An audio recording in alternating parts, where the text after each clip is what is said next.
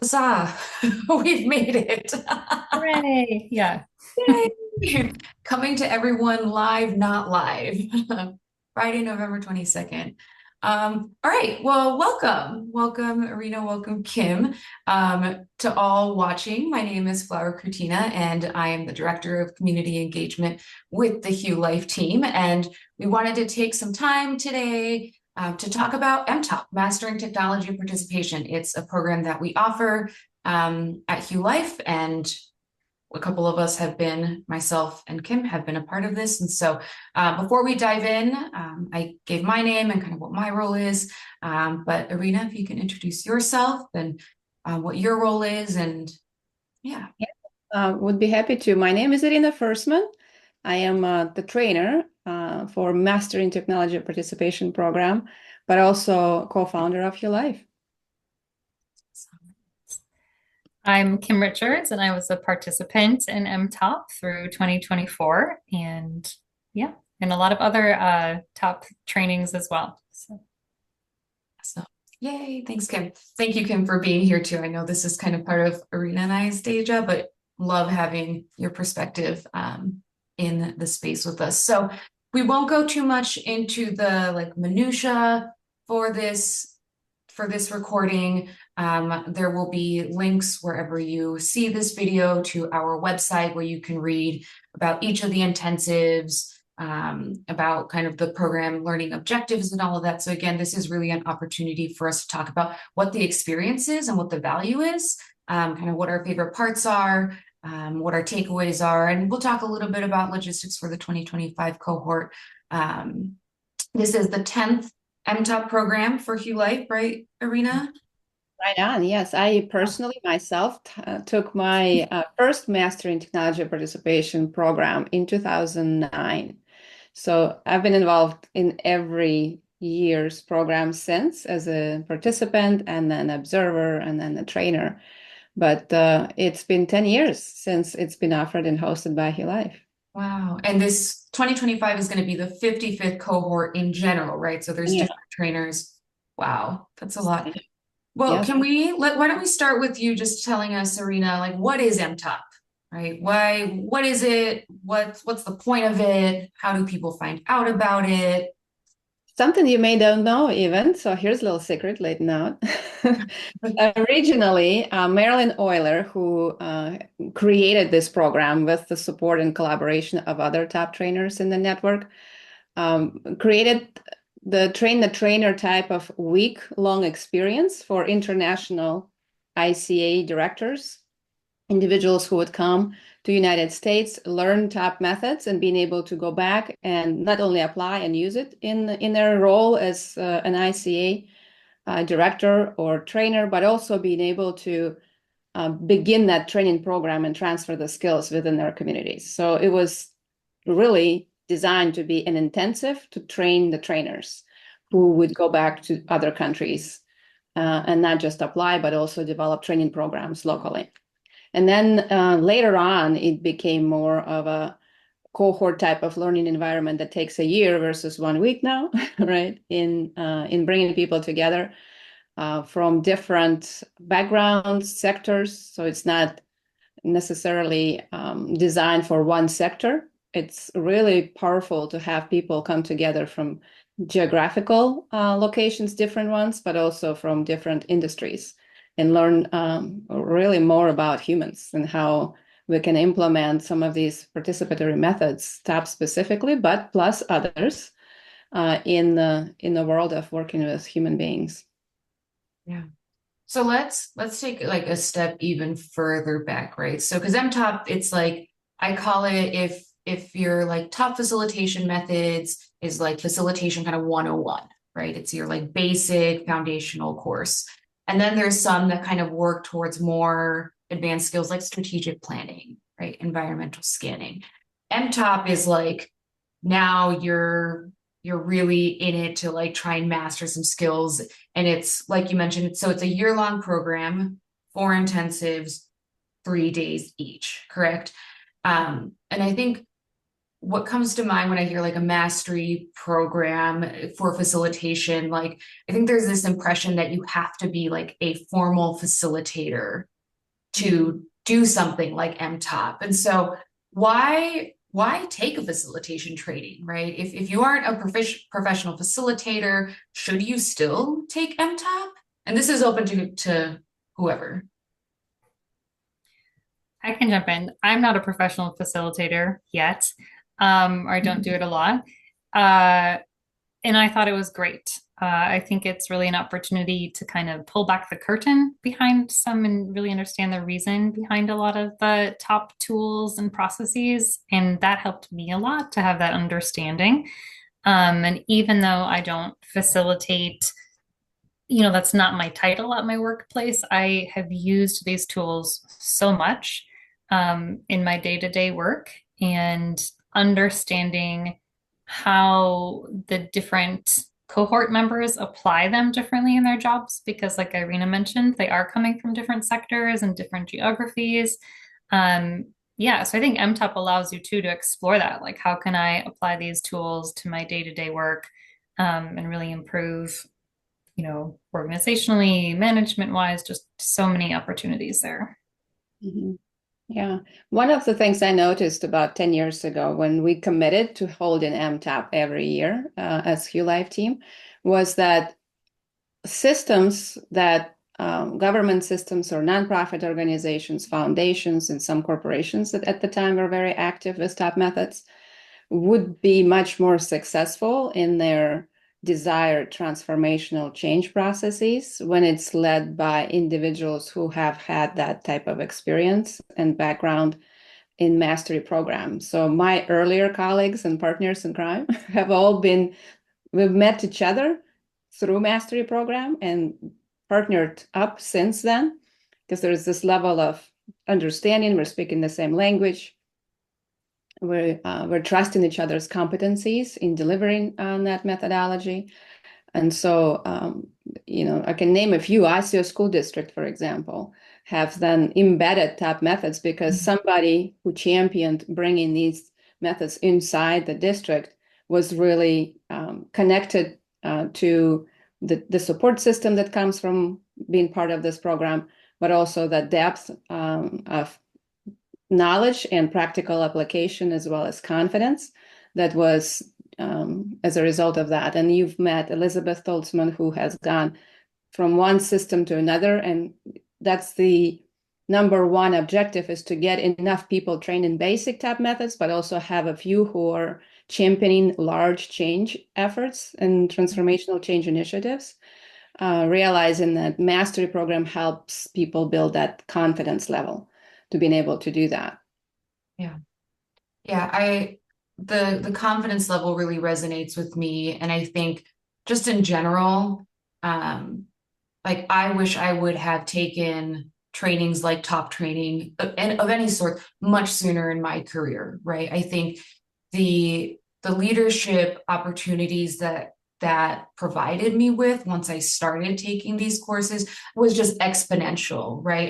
And it has helped build my confidence as a leader, right? Because I think as we're looking at hierarchical systems and how we can actually come together in a way that isn't top down and is more inclusive and is more collaborative. Like we're all leaders in that space. And so if you're hosting meetings or you're just trying to work with people and get stuff done, like there's tools that can help with that, right? And so with MToP, it's really that, like for me, it's like a rocket ship into like leadership as an individual, whether that be technically by title in your organization or just within your team, right? And the way that you show up to help move action along in a way that people are really engaged in. That to me is like why facilitation training, no matter what your title is, no matter what sector you're in, like if you're working with people, you're probably facilitating whether you realize it or not. So, and I think that actually maybe flows to the reason why take it with HueLife, Flower, is because once we recognize that and we're able to partner up with change leaders within different systems, it became more and more evident the kind of case studies we need to bring into the classroom, the kind of relevant experience that these organizations have right now into the classroom. So as the cohort in 2025 starts in January, this more relevant field experience will be part of our discussions and helping people learn from each other. Yeah, and I can just jump on there too. I mean, I loved the practical examples that were provided throughout the learning experience for the last year. I thought that was enormously helpful.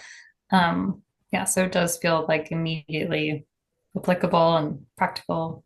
Yeah. So what goes into each intensive, right? We've kind of mentioned this is a year-long, MToP is a year-long cohort experiential learning journey, right? So you're with a group of people throughout the 4 quarters, 3 days each quarter, where you're really diving in. But like, what does that look like, right?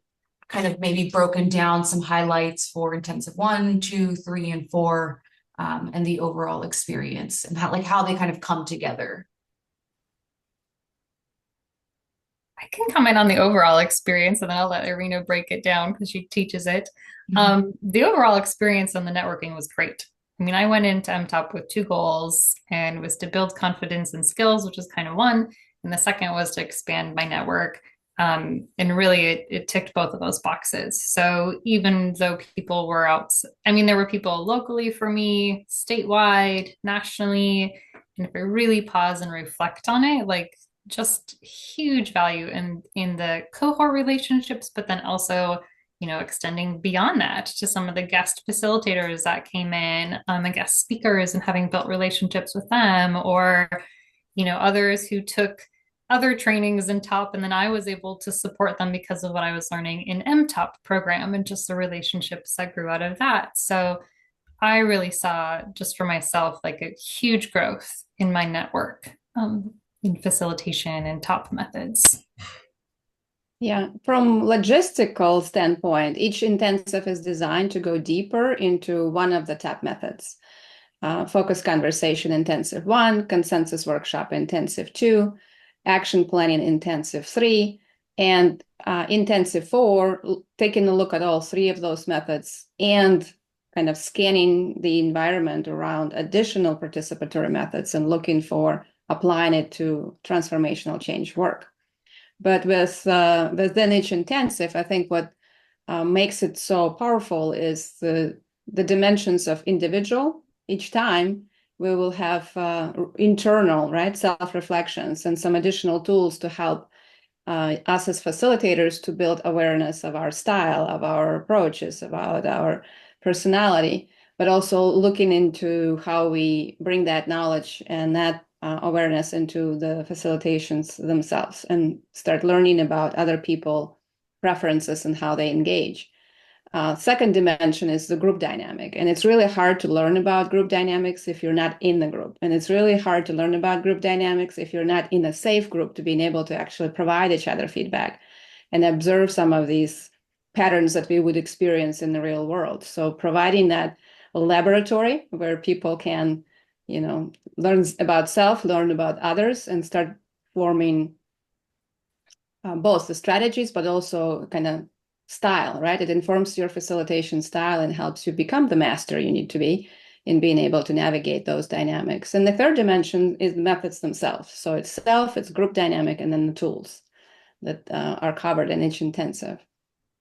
And I think in addition to like the deep dives, right, having participated with Kim this year and thinking back on the experience, it wasn't just show up, do this and like do this 3-day training for this quarter and then like leave and nothing else, right? Like there was like mentorship groups that we would meet monthly and be able to talk about our experience applying the methods that we had learned, right? If we were learning around consensus building or just in general facilitating, we could come back and get feedback from our trainer and from one another, right? We were really building that learning community together.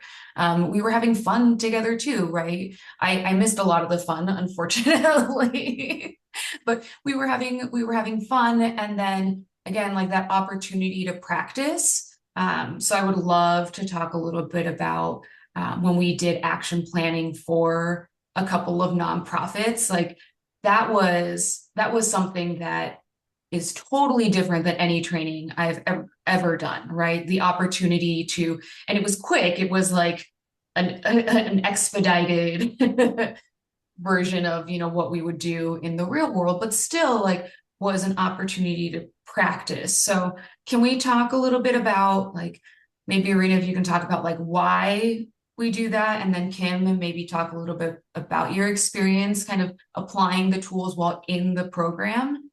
Yeah.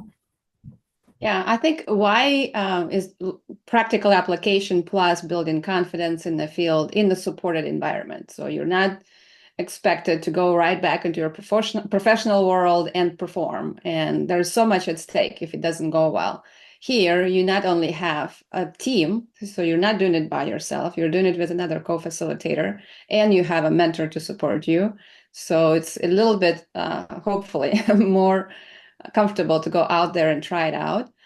Secondly, it is a service to our community. So one of the missions, the core mission of HueLife here is to serve our community as we are beginning to develop new facilitators, also provide them an opportunity to be in service to others through kind of this program. So that's the why for us, and continue to do that even beyond the MToP program. So this whole strategic planning for other nonprofits, because we didn't get to strategic planning in the MToP, that's becoming more and more of a challenge for us to being able to support those who need to learn how to do it better outside of the classroom, to provide those opportunities as well. So Kim, what was your experience, right? So Marina just touched on like it was practical application. You got to work with a mentor, right? Like you had a mentor, you had co-facilitators. I did too, so I don't know. I'm just talking. Yeah. We had mentors, we had co-facilitators, we had people that were really excited about having someone come in and help them. In this case, someone being the MToP participants come in and like help them develop kind of next steps for whatever was relevant for them. What was your experience like practicing during the program so you were able to get feedback and debrief? Yeah, I mean, I think you learn from doing, right? There's a whole different level. There's very few times in the MToP process where you get to kind of sit back and have your coffee and listen to somebody talk. It's sort of like you're going to do this and you're going to learn through doing. So the action planning, and we developed we did a design consultation. So there's that level of learning. Also, working with co-facilitators. So that can be really positive and also has its own unique challenges. So I think that creates this whole learning experience too. What is this like to take this and work with colleagues on this? And how do we navigate that? And how do we more effectively support each other? Like that was a takeaway from the action planning that I did with the group was, hey, there's more ways you guys could support each other as facilitators within that space rather than just sort of divide and conquer, which is how we approached it.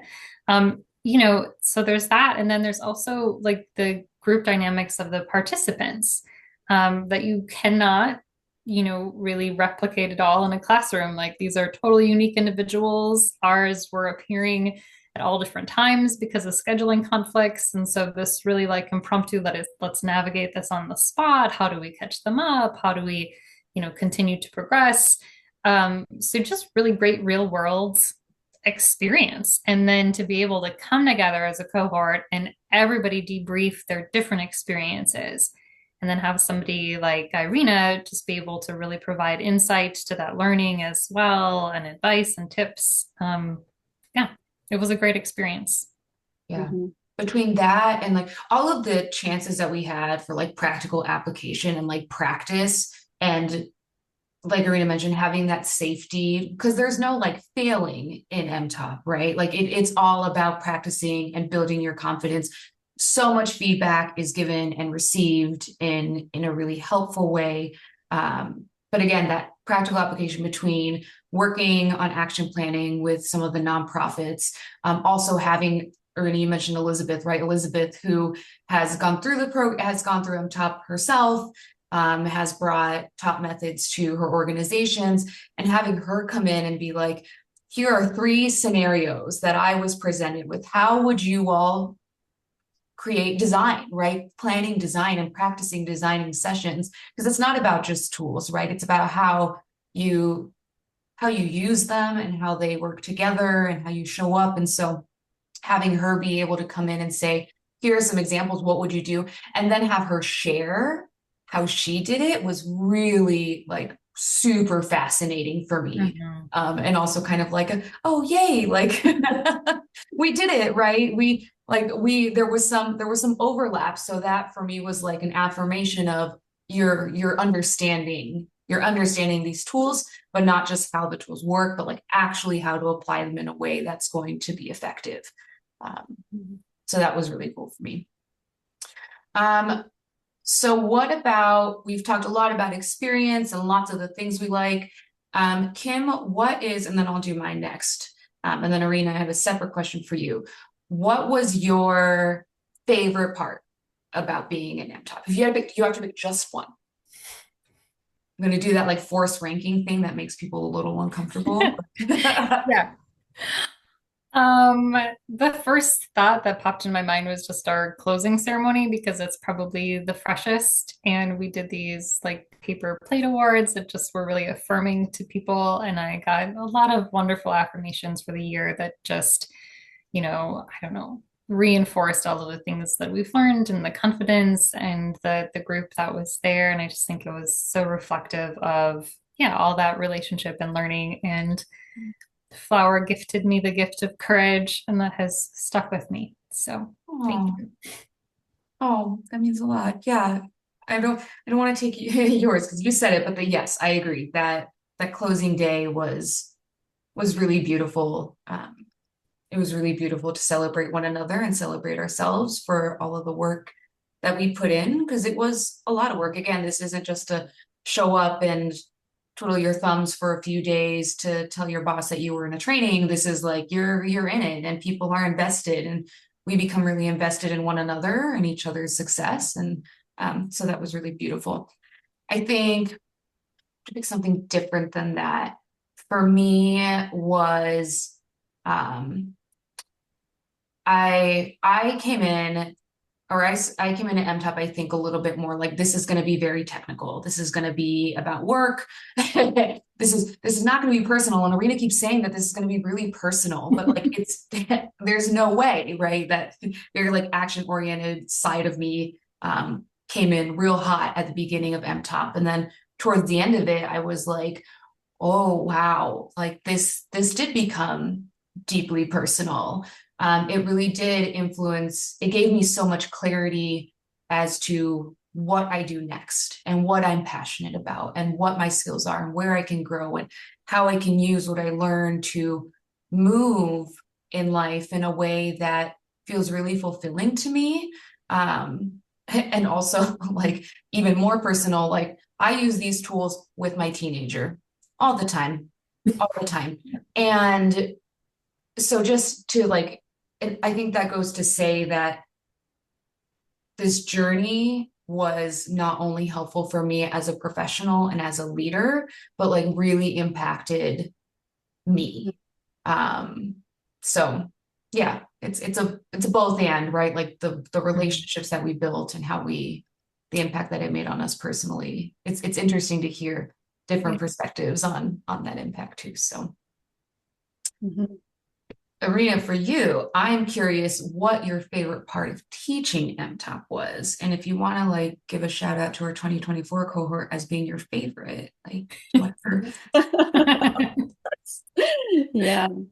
I was a participant once too, as yourselves, and getting into this for the first time. And I think going back to that year, 2009, the word journey in itself is what I would say the highlight for me. It wasn't a class. It wasn't a training workshop, right? Even though we use the word workshop within each session, but it's a real feeling that you're on a journey and you're not alone. And at that time, I was hardly speaking English. So for me, it was also developing my language skills, not just leadership skills. But as you all know, when you learn a different language and you learn it in a different context, your brain rewires, right? That part of your brain learns different way of being, and it learns different way of leading. So that's where I built my confidence, and that translates into what's my favorite part of teaching MToP. I want to continue to pass that torch on. So when I see people coming in from totally different levels and levels of experience, you would have somebody in an executive position, then you would have somebody who was a truck driver and not sure why this is and how this is might be helpful, but looking for a different, cannot do more driving anymore, needs to figure out something else with my life, right? And so it doesn't matter what age or what skill level you come with to this cohort, you will develop. Maybe not all will end up in the same place, but everybody gains confidence. Everybody moves the needle on that journey of development. And that's the key for me. So that's my favorite part, to watch that happen, including myself. Every time I learn, and there's an opportunity to innovate, an opportunity to be more creative with methods and stay relevant to the kinds of needs people have today. Yeah, for sure. And I think not only having your expertise and understanding, right? Because like you said, you've been through it before too. And I think that really shows in the way that you teach and in the people that you bring in, like from having Miria come in and give us like the historical context, right? Which was fascinating, to having someone like Elizabeth, who is, kind of this newer generation of leaders coming in and using these tools and really seeing the impact. Like it's, yeah, that resonates. And we're really lucky to have had you as a trainer. And you will be next guests and presenters. Oh my gosh, that'd be so fun. Fun. Stay involved. All right, well, let me just do a quick logistics, and then I have one more question, and then I think we can wrap it up. So just real quick on logistics. The when. We are launching in January 2025, 3 days per quarter. So we're looking at January, April, July, and October, right? So exact dates are on our website. So that's www.hue.life. But the link will be in whatever notes and comments are on whatever platform that you are seeing this video. The cost, it's an investment for me. It's a worthy investment. And at HueLife, we are really dedicated and committed to making it work for whoever. So in general, it's tiered pricing. So if you're coming from a larger organization that's a for-profit, it's going to be more expensive than if you are a small business owner or working at a nonprofit or working in education, just depending on like the revenue that you bring in. There is tiered pricing. We can do payment plans. If you are having trouble affording it, but want to, please don't let cost be a barrier. Message us. Let's talk. We want to make it work. Again, that commitment to having these tools and this program be accessible is really important. So that's the cost and your pricing, and all sessions will be held in the Twin Cities. So in Minnesota. Cool thing about that is that people get to see the seasons of Minnesota, which is actually really cool, right? Going from the cold winters that Minnesota is known for to beautiful springtime to a hot summer, and then to fall, which is my favorite season here. So it's really nice to be able to connect and have people see and get to know Minnesota a little bit better too, and do fun things. Like Kim is the master fun planner. She really kept our group going for the fun things like a baseball game, right, Kim? Yeah, that was a hit. That was great. All right. So the last part, which Kim, jump in if you like, but I'll start with arena of why with HueLife, right? Because there's MToP programs, and we're not saying like don't go to anyone else. You go to wherever you feel called to. There is an MToP online if that works better for you. Hey, do the thing. We just want people to get what they need, right? Like, but I found out recently that HueLife actually does things a little bit differently than some programs, and we were a little bit spoiled, which I love so much. So, Irina, can you talk a little bit about kind of the difference or what the experience with HueLife or how the experience with HueLife is different than maybe with other in other kind of organizations or training partners? I think it's less about other trainer partners as much as it is we're all part of the same training system. So there are certain things that we need to do similarly. However, we are not afraid to try different things and learn from that. We're not afraid to invest in our relationships with people who come to our courses. So there's intentionality about who is in the course. So I'm always looking for opportunities to bring people together that the recruiter and me that will learn from each other, that will benefit from that relationship. That's one thing that is very important for us to make sure that people enjoy each other. And that comes from, yes, some individuals might come in because they learn about it in a way outside of our efforts. However, once we start learning about who they are, we try to reach out to other people in our network who might be a good fit to be partners in that cohort. So that's one real intentionality about recruitment and bringing the right people in the same space and paying attention to diversity. Number two is feeding people. That's something we Literally feeding us. literally feeding people. It's good food. It's one of those small things that makes a big difference.